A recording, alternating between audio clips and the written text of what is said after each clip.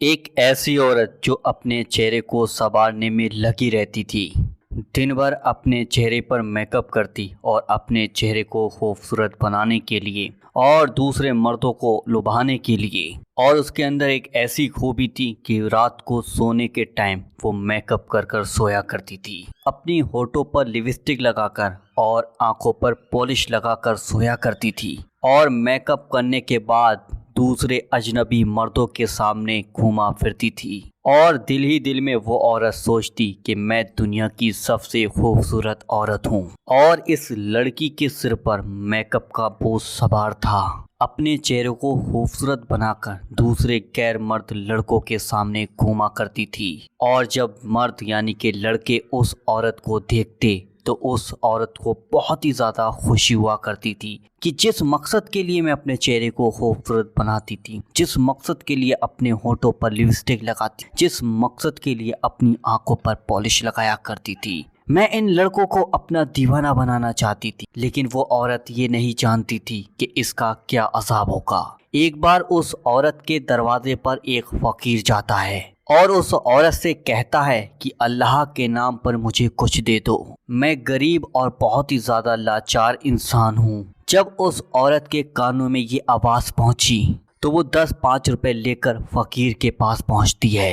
जैसे ही फकीर ने उस औरत के चेहरे को देखा और उसकी बेहयाई को देखा तो फकीर ने कहा, मुझे तुम्हारे इस पैसे की कोई भी ज़रूरत नहीं है। मैं अल्लाह के वास्ते तुम्हें एक मशवरा देता हूँ कि तुम हमेशा पर्दे की हालत में रहा करो और इतना मेकअप कर कर दूसरे मर्दों के सामने मत जाया करो। इतना सुनना था कि उस औरत को इतना गुस्सा आया कि गुस्से में उसका मुंह लाल हो गया और उस फकीर से कहने लगी, तुमसे ज़्यादा घटिया फकीर मैंने आज तक नहीं देखा और तुम मुझे मशवरा देते हो, मेरे दरवाजे से फौरन चले जाओ। वहाँ से फकीर ने जो बातें कही वो कहकर वहाँ से चला जाता है कि तुम्हारा मरने के बाद बहुत ही बुरा अंजाम होगा, संभल जाओ संभल जाओ संभल जाओ।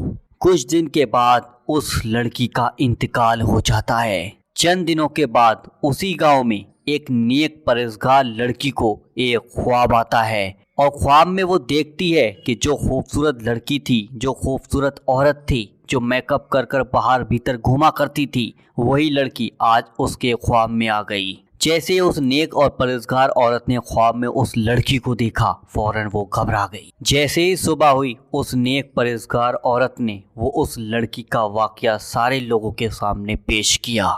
मैंने फला औरत को ख्वाब में देखा है, जो औरत बेपर्दा रहा करती थी और मेकअप लगाकर लोगों के सामने घूमा करती थी और अपने जिस्म की नुमाइश किया करती थी। मैंने देखा कि अल्लाह ताला ने उस औरत के होठों को काट दिया, जिन होठों पर वो पॉलिश को लगाया करती थी। उन आंखों को भी निकाल दिया जिन आंखों पर वो मेकअप किया करती थी। अल्लाह ताला ने उसके नाखूनों को खींच लिया, जिन नाखूनों पर वो पॉलिश को लगाया करती थी। और अल्लाह ताला ने उसकी कब्र में बड़े बड़े सांपों को छोड़ दिया है। वहाँ जितने लोग भी मौजूद थे, जैसे ही ये बात सुनी तो सबके दिल में एक दहशत पैदा हो गई और वहाँ पर जितने भी लोग थे वो सारे के सारे लोग अल्लाह से तौबा करने लगे।